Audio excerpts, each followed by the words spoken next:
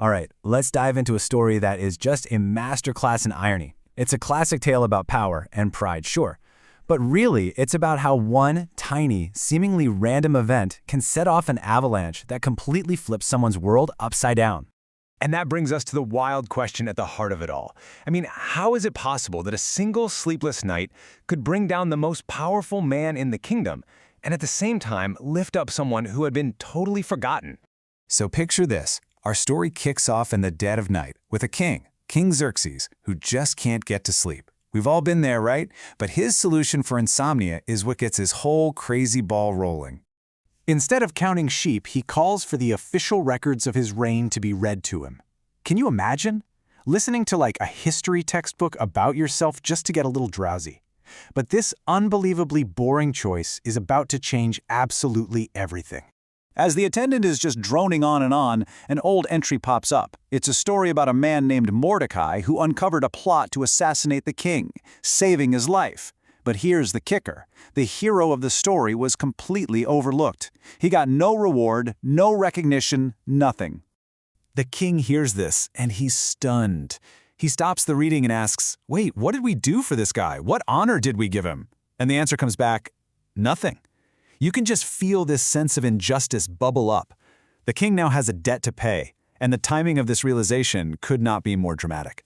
Because just as the king is sitting there thinking about how to honor Mordecai, guess who strolls into the palace?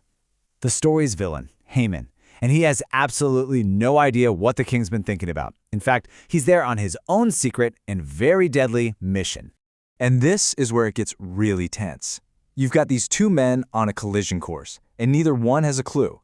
Mordecai, our forgotten hero, is just sitting at his post doing his job. And then you have Haman, the king's top official, walking in to get permission to execute that exact same man. The king sees Haman waiting in the court, and a light bulb goes off. This is perfect. He calls Haman in because he's got a question for his most trusted advisor. But Haman, well, he is about to make the biggest mistake of his entire life. The king lays the perfect trap with a simple, hypothetical question. Haman hears these words, and his ego just immediately takes the wheel. And this right here is his fatal flaw. Haman is so arrogant, so self-absorbed, that it doesn't even occur to him that the king might be talking about someone else. He thinks, well, obviously, he means me, and so he designs an answer fit for himself. And listen to what he comes up with. This isn't just some medal or a pat on the back. Oh no. He wants the whole shebang. He wants to wear one of the king's own robes, ride the king's personal horse, and have one of the highest princes lead him through the city streets, shouting his praises for everyone to hear. It's the ultimate ego trip. So Haman lays out this whole elaborate ceremony, just beaming with pride, you can imagine. The king listens patiently to the whole thing, and then, with just one sentence, he brings Haman's world crashing down around him. Can you just imagine the silence in that room? The king orders Haman to do everything he just described. Get the robe, get the horse, organize the parade, and give it all to his mortal enemy, Mordecai. Every single detail of his own personal power fantasy must now be used to honor the man he came to destroy. I mean, look at this reversal. It is just brutal and perfect. Every single thing Haman wanted for himself is flipped on its head and turned into an act of humiliation. He wanted to be the honored man. Now he has to honor his enemy. He wanted to wear the robe. Now he has to dress his enemy. He wanted to ride the horse. Now he has to lead the horse. It's a total 180. So after this spectacular public humiliation, Haman doesn't just go home, he runs home, literally covering his head in shame. And the contrast is just incredible, because Mordecai, after being paraded through the city, just goes back to work. He quietly returns to his post at the king's gate. When Haman finally gets home, he spills the whole story to his wife and his advisors, probably looking for some comfort, a new plan.